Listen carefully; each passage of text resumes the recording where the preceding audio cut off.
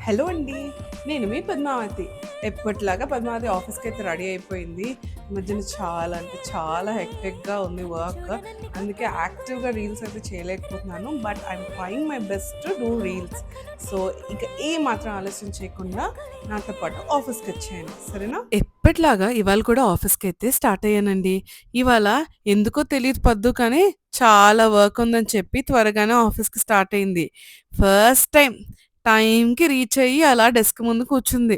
ఇక మీటింగ్స్ అన్నీ అటెండ్ అయ్యి, వర్క్ అయితే యాజ్ యూజువల్‌గా కొంచెం ప్రోగ్రెస్ అయితే చేసుకొని, ఈ లోపల నాకిచ్చిన చాక్లెట్స్‌ని అలా తింటూ, ఇంకా లంచ్ టైమ్ అయితే అయింది. ఇది ఇవాళ మా లంచ్‌లో పెట్టిన మెన్యూ.